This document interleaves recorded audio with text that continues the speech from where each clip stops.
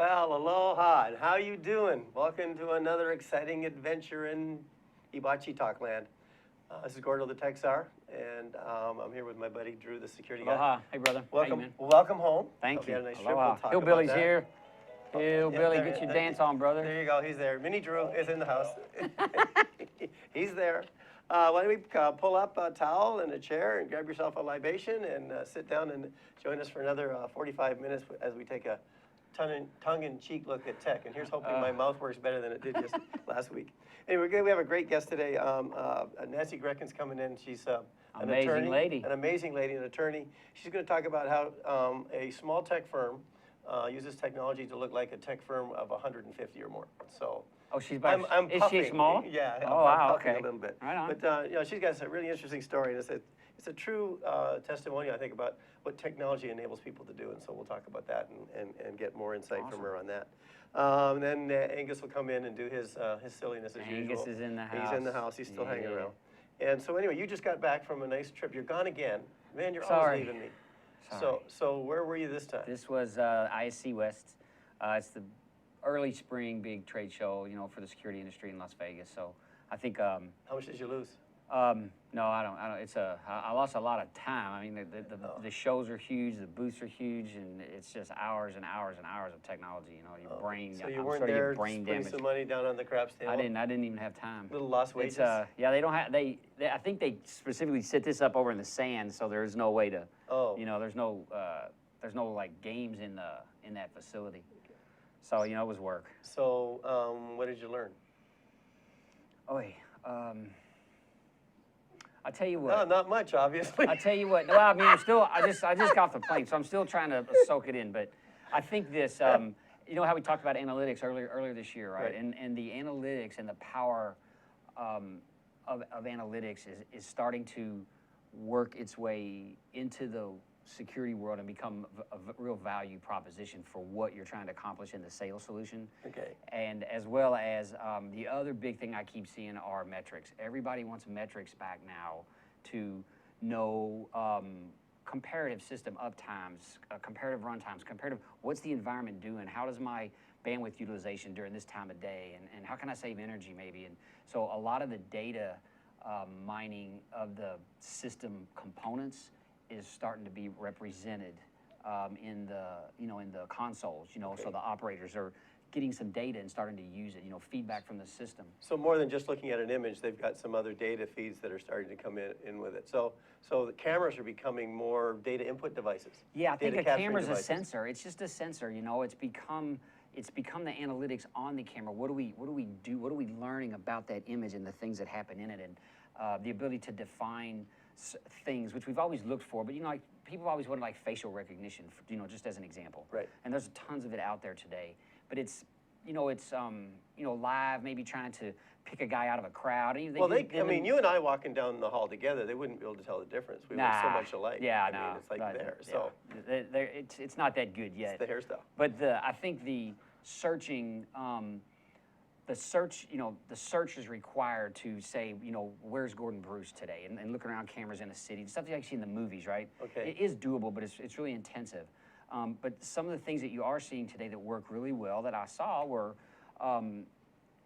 maybe taking a large area and just capturing the faces that were there, because you know people are moving and turning all this stuff, but software that's smart enough to know when you're really looking at face on and grabbing that, right? And then I could actually run your picture in there and very, very quickly get a comparison and find out that maybe you were there and maybe it's got references for all the places that you were once I locate you. So kind of like Facebook. You know, Facebook, you know, if someone tags your photo in Facebook and say, you know, you've been tagged in a photo, and then up comes it and there's all these pictures, little facial features with your name underneath it. So someone tagged you there and said you were at this event and sure. Or just the ability to know that maybe you were in an area or something like it, but the ability to make that facial algorithm, you know, that data useful quickly for an investigator. That's what I saw. There's some things making the system smarter, but also making them more useful, you know, quickly. So I have a question about cameras, but before we do the questions about cameras, I want to insert our segment about, you know, got one tech's job. So, you know, just, you know, so not the one got one tech job, not the one about where you keep losing about the texts. Oh, okay. But the one got one tech job, because we're Okay. always looking around to see the right ones, and this is a great one. And so Zuri. Did you find it, or did somebody send it in? This one I found. So Awesome. I'm going to get Zuri to kind of prop this one up and see. So this guy, and I'm afraid See of what heights. she's So got.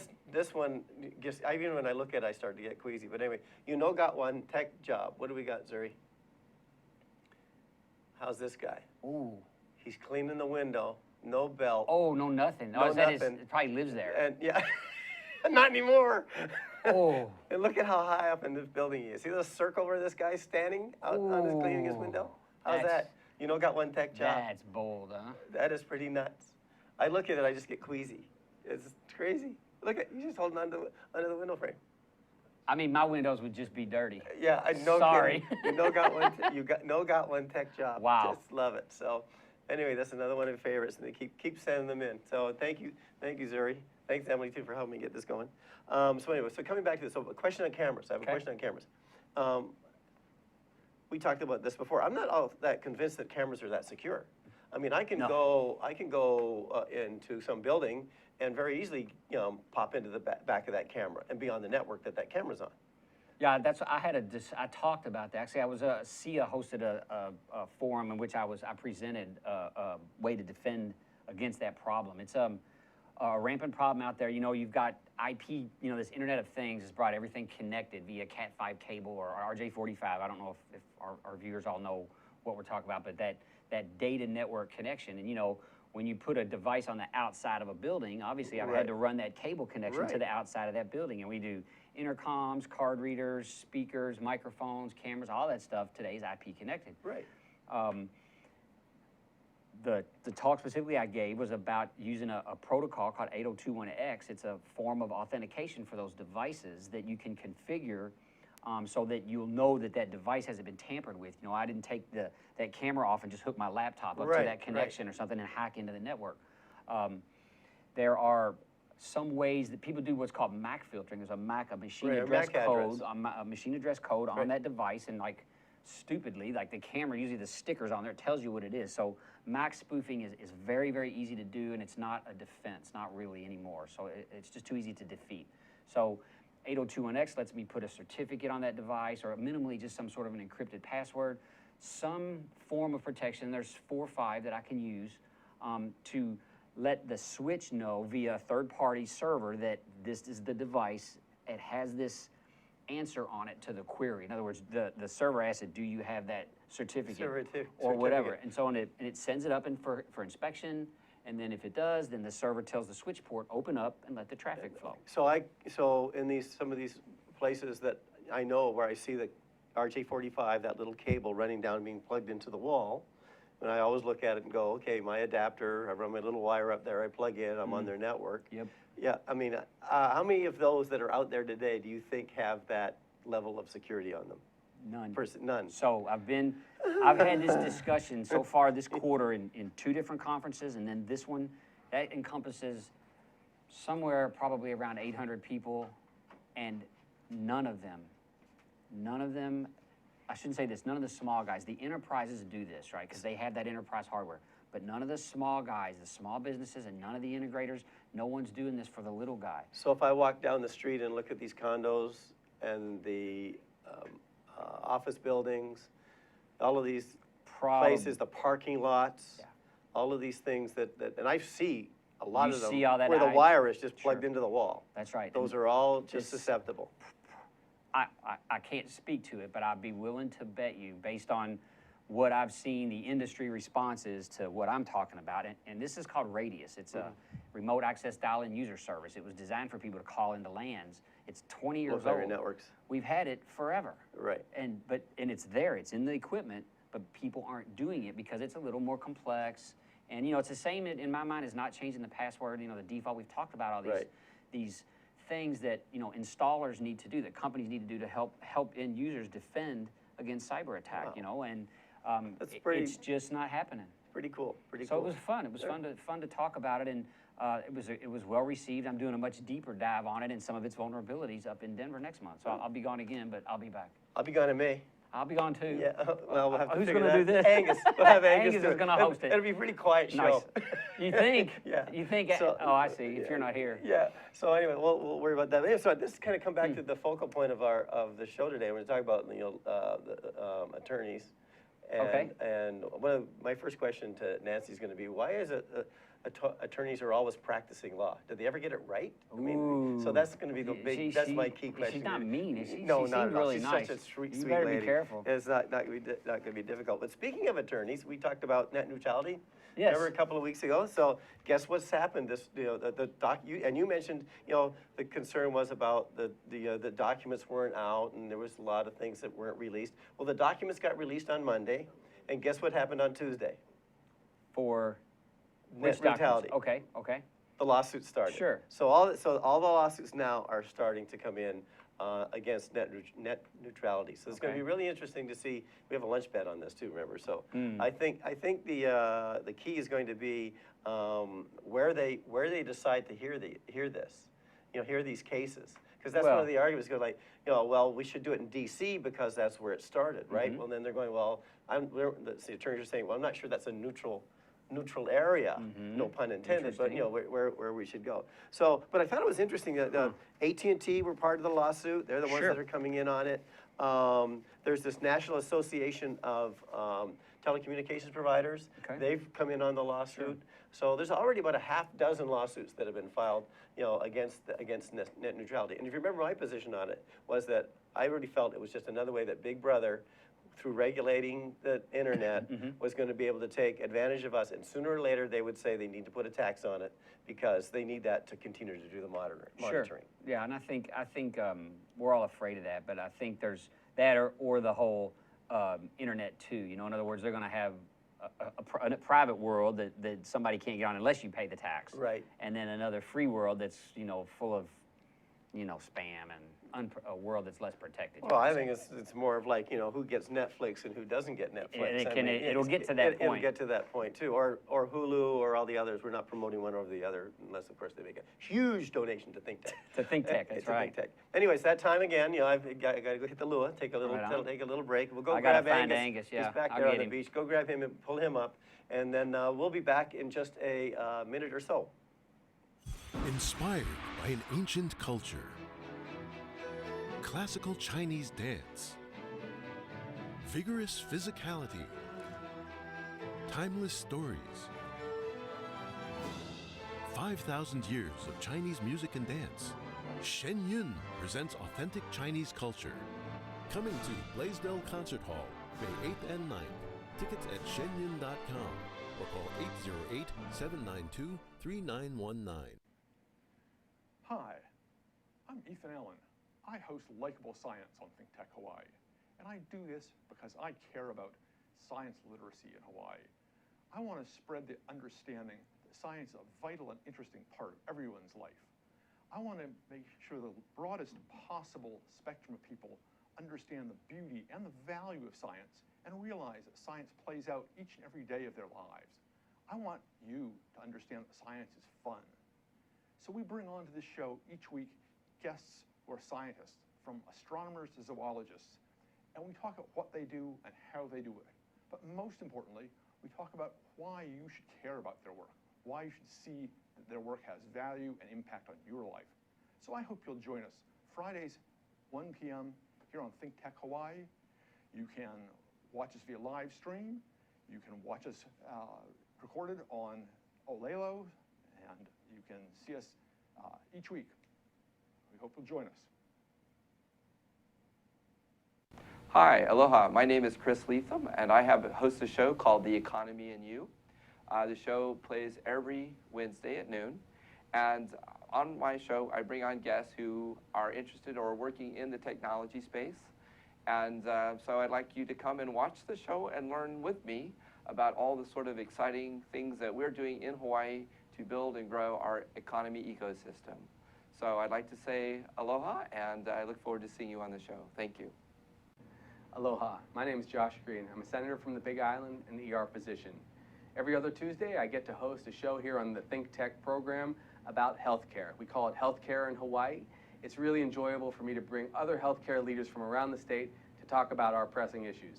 Hawaii has long been the health state, but we need to keep up the momentum, the inertia, and with your help and with your participation, we can come and share all of the big issues that are pressing day to day.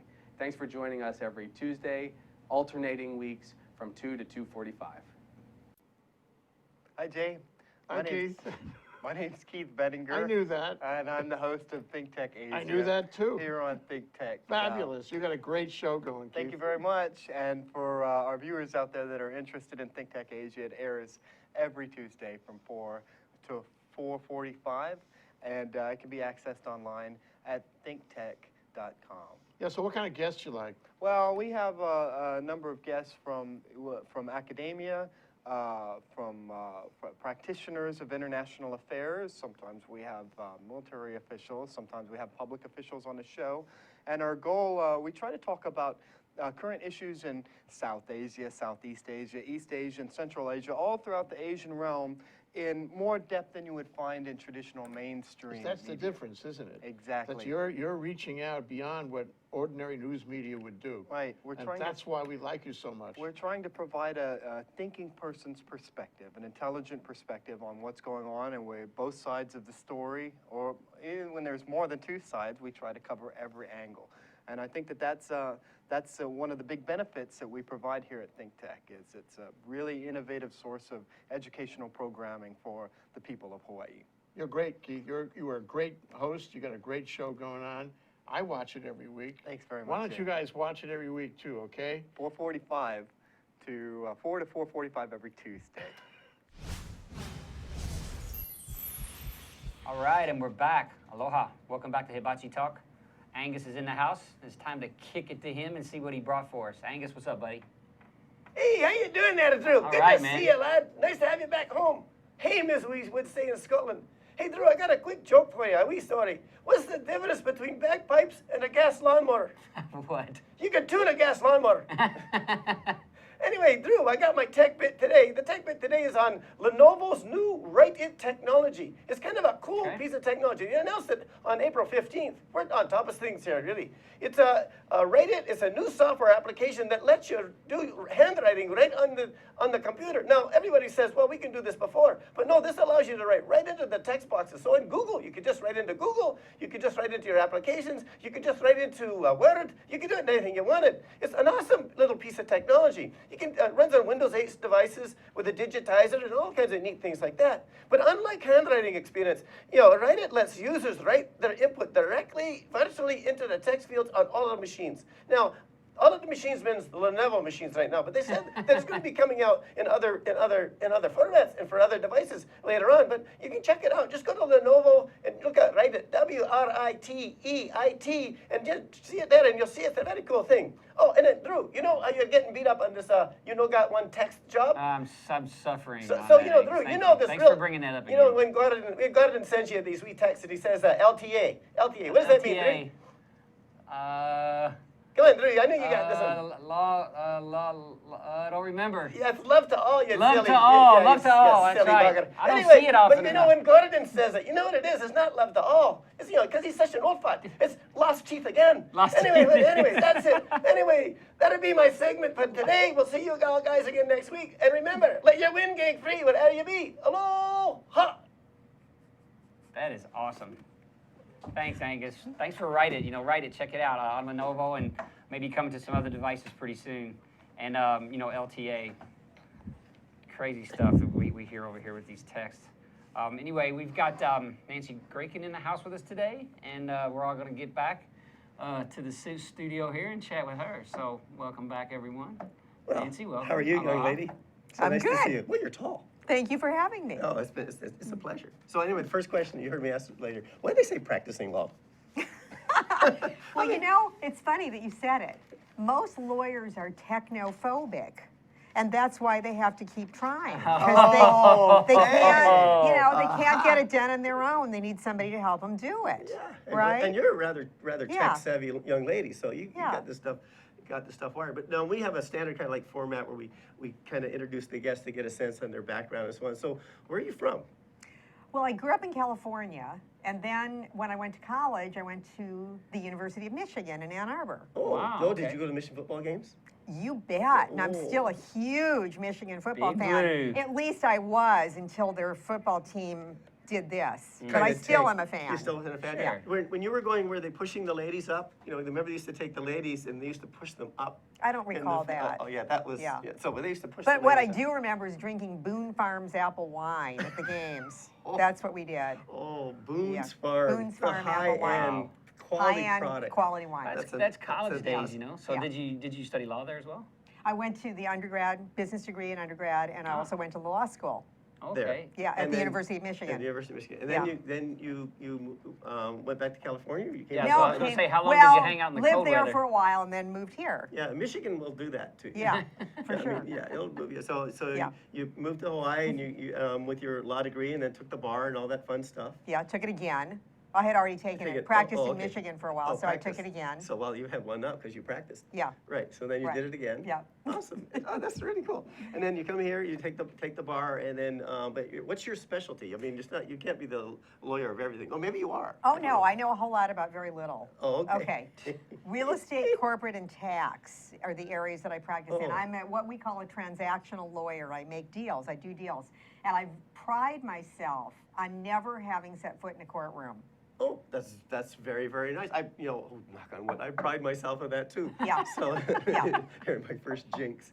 Well, I remember once a long time ago, I did have to go to court when I was working for the Sitting and Counting of Toronto. And I had to go put my hand on the Bible, but I had to put my hand on the building code instead. The judge said, wrong book. I said, no, I work for buildings department. So anyway, but that was my one experience in court. I wasn't too nervous at all. So anyway, so you worked for large law firms when you Yeah, when how you do Yes. you, started here? I was I'm a wondering, veteran. how do you start? You know, you show up in Hawaii, Yeah. you got to Well, start you don't. You over know, again. I like, started sorta- out of law school in one of the largest law firms. Okay. And then when I moved here, I joined one of the largest law firms, and I was with a couple of them. And I'm a recent veteran of one of the largest law firms. And a couple of years ago, I went out on my own. Yeah, and you are a really heavy user of tech from a law firm's perspective. Now, Yes. yeah, and how big is your law firm? One. Yeah, so I'm a law firm of one. Yeah. Uno. How do you keep all those employees under control? Yeah, I know. that's what I love about it. Yeah. So you're a law firm of one. You Yes. don't have a secretary. I do not have a You don't- secretary. so you take care of the whole thing. And I you do- have not you- had a secretary for many, many years. And you do large deals.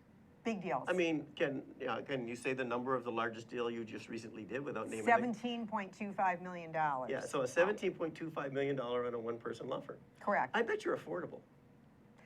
I think that I am. That's a nice plug for you Because, there, no, I do, well, I do because I'm efficient. Yeah, you see, know? right. And I mean, the other guy was a guy from a really big law firm, and I can't even begin to imagine what he must have charged the client on the other side of this transaction. And then, so here. Probably 10 times what I charged my I client. would guess, if they're a you know? big New York Yeah. law firm or Yeah. wherever Well, they it was were a from. big West Coast law firm. So whatever, they're Yeah. gonna come in and take it to the limit. Yeah. So so when you started in law and developed your career in law, how's the technology evolved along Well, that time? Because it's Great changed, question. Sure. Yeah. You know, I've long said and thought that the fax started it all. Before the fax, you could say to a client, "I'll get that to you next week," Okay. and then you mailed it. Okay. Or when you FedExed it if they were out of town. When the fax came along, all of a sudden clients expected and knew that you could get them something instantaneously. Right. You know, Okay. and it was the fax that started it all. For me, my law firm got computers when the original PCs came out. There were 3 brands, AT&T, ITT, which no longer exists, and IBM. Right. And our first, I believe, was an ATT, and then we got another PC. And by and by, I don't know, we must have gotten a couple, and I said, you know what, can I have that computer? I asked to get the PC, and I did, because I got really tired of going back and forth to a secretary to get my work done, and wasting all that time. And I knew how to type. My dad made me take typing in high school because he Awesome. probably figured I was going to be a secretary or something, and I could type. So I taught myself Word Perfect, which was what we used back Or then, DOS, and yeah. Or became DOS, yeah. Word Perfect for Yeah. DOS. I even learned some DOS. I Yeah, knew some probably. DOS. I became fluent in WordPerfect. WordPerfect for DOS was the best word processor ever of all time. It was still in use. It was a here. but not for DOS.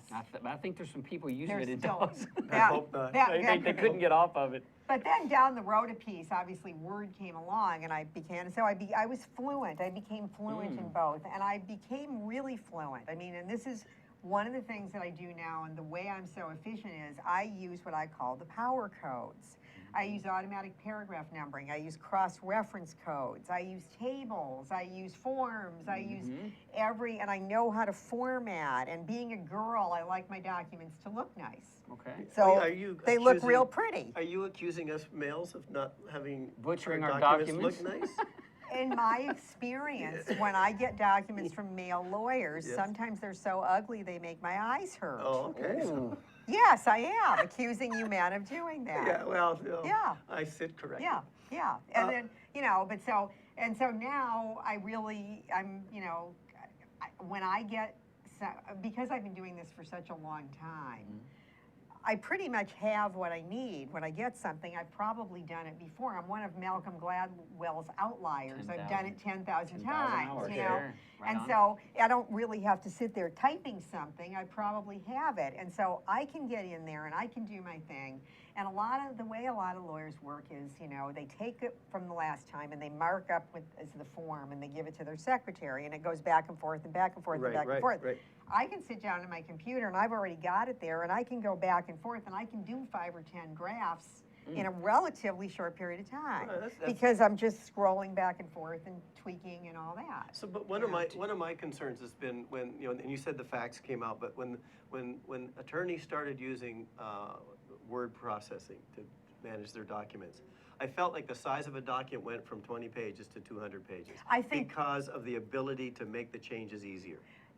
The documents got long, and it wasn't the attorneys necessarily, it was their secretaries. But Okay. the ease of production from a computer it changed from when we had giant word processors and we had to use magnetic cards and all that stuff. The ease of production changed everything, And back in the really olden days when the secretary had to type it, if she made a mistake, she had to start all over again. Yeah, well. Well, guess what? You didn't have to do that anymore. And to me, Yeah. it got longer and longer and longer. So it begs the question, as a result of this technology, have the law firms become more productive? That's that. And I'm not. Maybe I am putting you on the spot. Yeah. But the fact now I got to read a 200-page document versus a 20-page document because the technology allowed me to produce this 200-page document in the same time as 20. It's a very interesting question. Yes, they're probably more productive in the sense that they turn out something that's a lot longer. But at the same time, I think for a lot of lawyers, it results in higher rather than lower billings. Well, that. Because they're taking, it's more work, it's more stuff, it's more paper, Surprise, surprise. But for somebody like me, I think my billings are probably, even though I charge at a pretty decent hourly rate, I think my billings are quite reasonable because I can, get it done. And you get done. Now, you must use technology as well to track your hours and all this stuff. Oh, yes, I have. When I left the law firm, you won't appreciate this, but the best part was I didn't have to use Windows anymore. Okay. I have a Mac now, but yes, I got a wonderful billing program, and one of the things Okay, I love the the best. show's over now. One of the things I love the best about it is it has a timer. So all I have to do is just, it knows my clients, so I put in the client, I turn on the timer, and I can track my time to the second. Awesome. It's like, and so my clients get bills that say I spent 23 minutes and 47 seconds, but that's okay. So I can really track my time. Oh, that's and I awesome. obviously send my bills out. And send your bills out that way. So Now, do you do document management?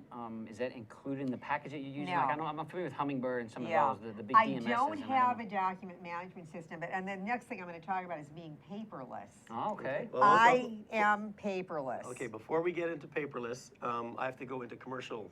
We have to And not pay the co- bills. And not commercial-less, but commercial. Okay. So we have to take a short break, and we'll be right back, and we'll do, got one text job, or maybe you do have one text job, and we'll be back in just a minute. Thanks for joining us. This is Alice Lee Hagan host of ThinkTech Hawaii Business Education Spotlight. My show here at ThinkTech Hawaii is every Thursday from 3 to 4 in the afternoon.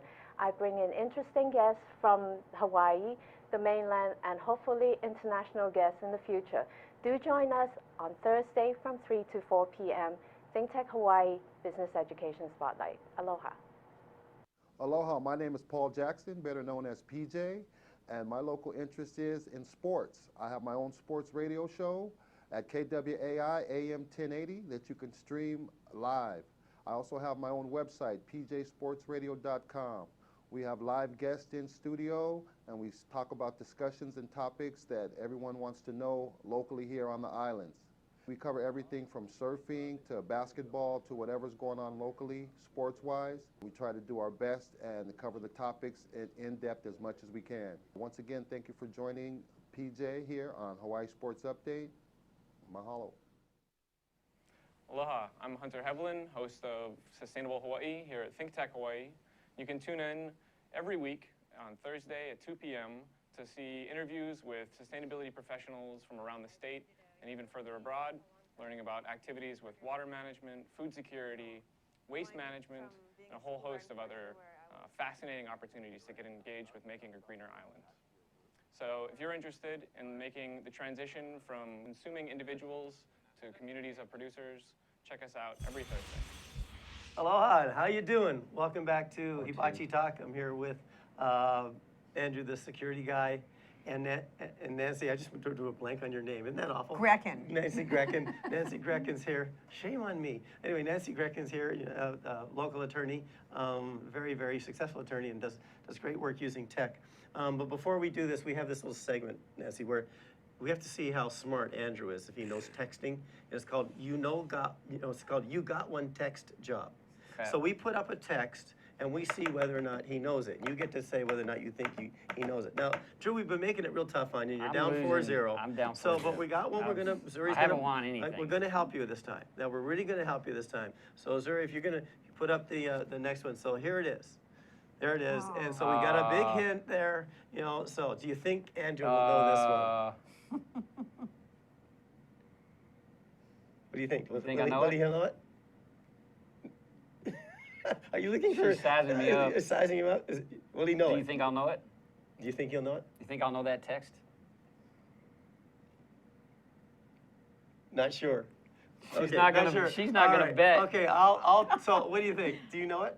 I know that one. Okay, give me this one. Roll on the floor laughing. Oh yes, there you go. All All right. right, good job. So you got the point. So If now you give me those bear hints, I can you figure it can out. do easy. that. Well, see, this one, I told you I wouldn't be mean to you all the time. I'll have to remember Yeah, that one. yeah. I know a lot of them, but I don't know that Yeah, one. rolling I on like the floor that one. laughing. I know LOL. Yeah, me too. Duh. That's right. Yeah, Okay. laughing out loud. There's another meaning for that too.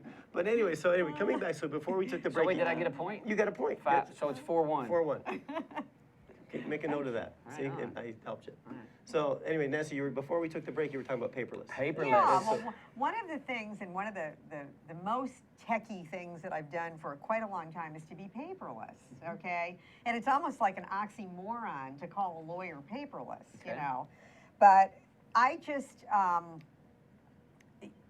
when we had paper files, you waste a lot of time looking for stuff. Not to mention that you waste a lot of money and kill a lot of trees printing it all off. Like this $17.25 million transaction I just did, we went through 12 drafts of the purchase and sale agreement. Think of that. And we had a black line after every one. So there must have been at least 24 drafts of that document. Well, if I'd printed those things off and put them in my file, it would have been about this big. Right. Guess what? It's about that big. It's got almost nothing in it, okay? Right. But I can find it all. It's all on my computer. And I have a system of the way I name documents and the way I file documents on my computer. You got to treat it like a filing cabinet and do it in a logical file folder way. And so I can find anything I need with the click of a mouse. And I don't print stuff off. So do you host it? I was just wondering about you. So your management of these, is it backed up? Do you take care of yourself? Do Absolutely. you have a I have firm, or- redundant backup. Gotcha. And I'm going to talk about this in a moment. I back up to the cloud, and I also back up to a local device. Very smart. So I have Very redundant smart. See? backup, okay? So you're doing a lot more than some of the even larger law She's firms doing in it town right. are doing. Perhaps, I yeah. know, perhaps, but I know in some cases there are Yeah. some firms around town that aren't doing it to that Yeah. level of. I actually have 2 local backups. I have one, a little device that plugs into my computer, and I also, because I have an Apple, I have a time machine. Right. So I actually have 2 local backups, and I also back up to the To the cloud, cloud. smart. Well, smart man, stuff. so you're really taking advantage of the technology. We can't So- afford to Yeah. lose that. That's Yeah. your business is the documents, right? And so one of the things that I like and the best about being paperless is that I've learned how to manage image files, and this is Adobe Acrobat. Right. And Adobe Acrobat is one of my most favorite programs because it's got such incredible capabilities. One of them is, and scanning is obviously something I do a lot of, okay? I can scan a document on, and I can OCR, optical character, recognize it to Word. And with a halfway decent PDF, you can get almost a perfect Word document. Do it all the time. I get stuff, or I have stuff that I want to incorporate in a document, okay? I can digitally sign in Acrobat. You can put notes on it, comments. You can do all sorts of stuff, you know, with documents to send back to people. You can put hyperlinks in a PDF you can embed 'em, document. Okay, and so one of the things I do with that is, you know, closing binders. That's one of the things we do. You know, when you do a deal, you got to make a closing binder. Okay. I do it on CD now. Awesome. Create a table of contents, put hyperlinks, and put it all on a CD. And of course, this is really geeky. I put auto runs on it. So when you insert the CD, it auto runs to the table of contents. And then you click on the documents and they open. Yes, you're building full-blown So binders. now, does this take a lot of is- time? Does this take a lot of time? I'm feeling it's It takes not much time. It We can- doesn't take, one of the things you can do, by the way, with Acrobat in order to do this is, you have to save it in Adobe to do this because pagination is different. Now, anyway, but you can insert a signed page. So when you create your CD closing binder, you delete the unsigned page and you insert the actual signed page. So you got the real thing. Right, Isn't that right. awesome? You So- know. Because you can create a new bound document. Is Yeah. one question? So I just want to clarify: are you OCRing the PDF Yes. to Word? Oh, okay. Yeah. So I missed that. I just And want to if make you, sure. if you That's get awesome. a really clean PDF, it's perfect. Yeah, I would think so. Even if you get a halfway decent PDF, it's pretty darn good. Awesome. It's got a very powerful OCR. So you basically take your research. engine. You got your research going on for whatever what you're working on, and then you're pulling PDFs out of the research maybe, Yeah, and no, using that it's- as reference, or Somebody sends me something. I see. Or something or other, or I have something that I want to incorporate. I do it. It's a whole variety of things.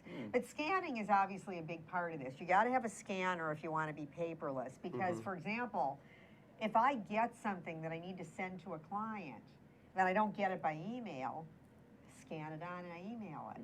Right, yeah, because Okay. not every, you know, we still use the postal service, and we still use express mail and Yeah, all those other things. They still send us stuff. Rarely do I use it, though. About the only thing I use it for is sending out my bills. Yeah, well, there you go. But sometimes there I you even go. email those. Yeah. And you make sure you have So- a backup of your bill. Well, Yeah. you know what, but do you even- get paid yeah. in Bitcoin yet? No, and I'm not planning on it. I'm Well, we not had a to ask. believer. You could- Thank you. I'm not. No one has asked me We if had they to can ask, pay me so- in Bitcoin. No okay. one's asked me You that could yet. be the first attorney in the state of Hawaii that accepts Bitcoins. Now, could I'll you tell you though, I have been asked if I could be paid on PayPal. Because you know, Okay, you, yeah, well, you yeah. can pay on. Yeah, or, yeah. somebody asked me if I could take a credit card. I know that's what it was, and I don't take credit cards, but I said pay me on PayPal. Right. So you had that, you set up the intermediary and, Yeah. and take it that way. And Yeah. that's a smart way Yeah. to do that, so you're not holding So, the transaction data Yeah. yourself. So And the last thing that I really love, that's the latest and the greatest, is the cloud. right on. And so, just for example, I really wear 2 hats. I'm also a business consultant. I'm with Okay. Business Consulting Resources. I do business consulting. Oh, with Ken for- Gilbert. With Ken Gilbert. Sure, right on. Okay. Right. And we do M&A, and we do succession planning, and we do business consulting. And Okay. so I also am there, and I have a computer there. Both of my computers back up to the cloud. So I can get to anything on either computer from either place. Sure, via the okay? cloud. 'Cause Right. it's And that's- you get it's on secure on both sides, in the too, so. cloud, okay? The other thing that I use, and some of my colleagues say I shouldn't do it because they say it's not really secure, is I use Dropbox, Mm-hmm. okay? And I use it like I do condominiums, and I recently did a condo for a client. And instead of emailing all these documents and different drafts and all that stuff, I put them all in Dropbox. Right, well, and, You know. well, and you know that you bring up a good point about the security in Dropbox, and we had one guest on that's written an application. Remember Wally Greedy? And he has Palbox, He which has also has Palbox, encrypted which storage. He does Same thing. encrypted storage and all those kinds of things. So he's seen that, and we have a future guest coming on who's written some really cool stuff that's going to talk about what he's doing to help make things like Dropbox and OneDrive and all of those other cloud-based storage technologies more secure. But in a lot of ways, they already are. It's, you know, They're HTTPS. I Yeah, mean, so yeah. you're going to shell, and most of them are using TLS 1.2, which is as good as it gets right now. 1.3 is still being written, so they're. So you know, feel Dropbox is fairly secure? it's as secure as it's going to get. I mean, we've talked about this. I'd rather have their armies that are very good at protecting their machinery, right, versus us guys who are smaller with less Yeah. resources, and so Yeah. they have people dedicated to protecting that data full time. That's their business, and Yeah. those breaches, if they occur, it's the end game for them. So they take it very serious, and I think they do a great job. yeah, they got a whole resource behind them that are taking care of this stuff. They do not need, and it's happened, but Yeah, even those Amazon, that are the Dropbox, most all of them. secure have had, Sure. hacks, whether it be the NSA Heck, or whatever. Right. I mean, heck, the Department of Defense has been right. hacked. I mean, all big companies have been Sure. hacked, and I mean. So security, we say it's just security's not really real. I mean, it's I just heard defense. yesterday that somebody's saying that people on an airplane can hack into the airplane technology. Via the Wi-Fi, yeah, they're worried I'm about like, that. whoa, Sure. that's kind of scary. Yeah, I fly around a well, lot. it's how you can wake the know. guy up that falls asleep in the hole. Well, You In were the talking cargo. about that, right? Right, the guy on Alaska Yeah, Airlines. you know what? You got Right. one job. Oh. After the end of that day, Right. he is Yeah. like, he is. How did you lose your last job? Well, I wouldn't want to explain. So do you find that most of the attorneys that you do work with are as technologically astute as you are? Not all. I mean, one of the things I see not infrequently is I'll get a long document from another lawyer, and they don't use automatic paragraph numbering. Well, hello, if you need to revise the darn thing, I don't have a secretary to retype the numbers, and Right. So I end up going in there and having to put automatic paragraph numbers in it so Really? I can revise it. You So know? it's quicker, easier to I use. find that some people, I mean, one of the lawyers that was in my old law firm was a very astute, excellent lawyer, and really good at what he did, and did very long documents. And he had a secretary who was fantastic, and she didn't use automatic paragraph numbering. wow. And I would try to use one of his documents. I was like, what do I. Well, you're not going to believe this, but we have now burned through another 45 minutes. Seriously? Seriously, we've gone through it in no time at all. Nancy, what's your website? Because you have a really cool website. Grekinlaw.com. Grekinlaw.com. So, go to that website. It's really, really cool. You had a lot to do with it, the design and everything, because you're a full service law firm in the area that you specialize in. And we also have, we give every one of our guests this famous autographed solo cup. Save this. This one day, we have no idea the millions that would be worth. So Nobody goes away empty-handed. I don't know if you're the tax attorney. I don't know if it's capital gains or whatever it is, but it is there. So anyway, I want to thank Zuri and Emily once again for helping us make through. And Jay, thanks, Jay. And Jay, thank you, Jay. And Nancy, you've been just Yes, wonderful. thanks for coming just on and wonderful. sharing. Thank you for coming on the show. You're lovely and orange. I've been told not to flirt with the guests, but I do it anyway. Oh, well, so thank you. You're welcome. And when you told me that not to wear green because it would conflict with the background, and I said I was wearing orange, you said that was perfect. You were there. You were all set. So awesome. Anyway, thanks everybody for joining us, and remember to come see us again. And aloha. And how you doing?